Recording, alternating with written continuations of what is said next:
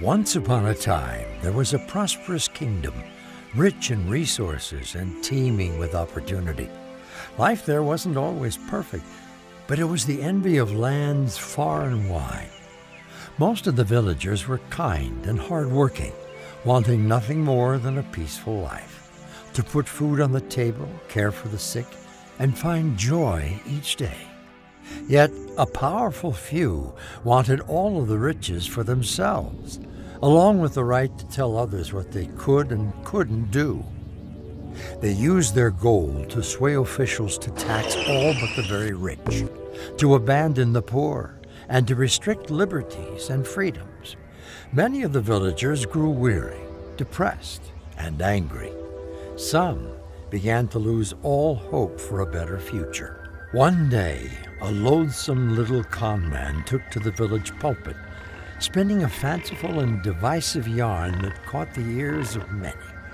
He bellowed and ranted with words lacking both truth and knowledge.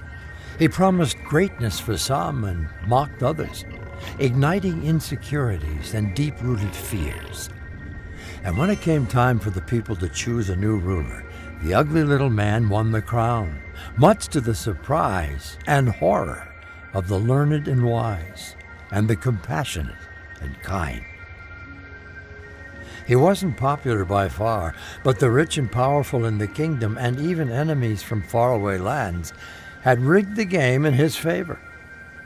The little man filled his castle with ne'er-do-wells, scoundrels and villains who stroked his ego and did his bidding, regardless of the harm it brought to the villagers. He shunned higher learning, scoffed at the sciences, and silenced the free press. One by one, incompetent men and women moved into positions of great power. The little man urged his followers to hate others, arm themselves with weapons, and trust absolutely no one.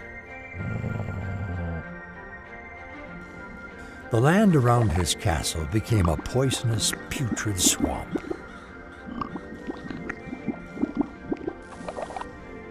Officials who might have raised their voices in dissent sacrificed their integrity for the promise of power and riches. As oft happens with fools, the hideous little man believed his own myth. He proclaimed himself the greatest, the smartest, the most tremendous ruler the kingdom had ever had. But the lives of most villagers didn't improve. In fact, many began to suffer, quite terribly. The vast riches of the land were pocketed by the little man, his piggish family, and his cronies. Soon enough, only the very greedy, the hateful, and the truly witless were singing his praises. Yet for many days and nights, his rule continued. Honor, justice, and dignity appeared lost. The villagers were numb and confused, and the once mighty kingdom became the laughingstock of lands everywhere.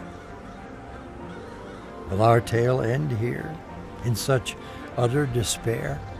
Could one ignorant little con man truly bring down this great land? Of course not.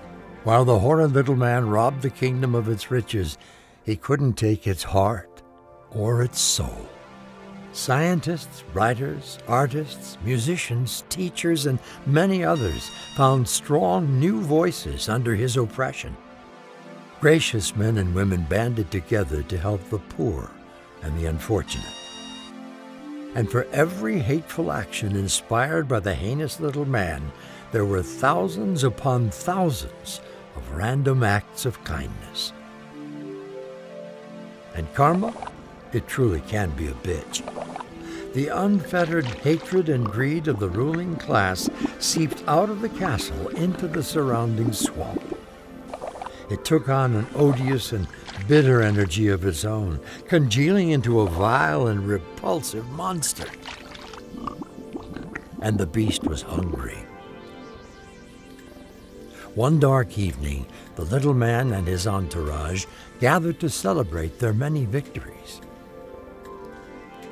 He raised his glass and boasted loudly.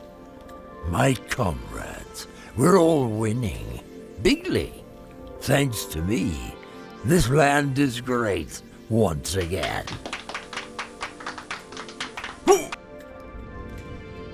And just like that, it was.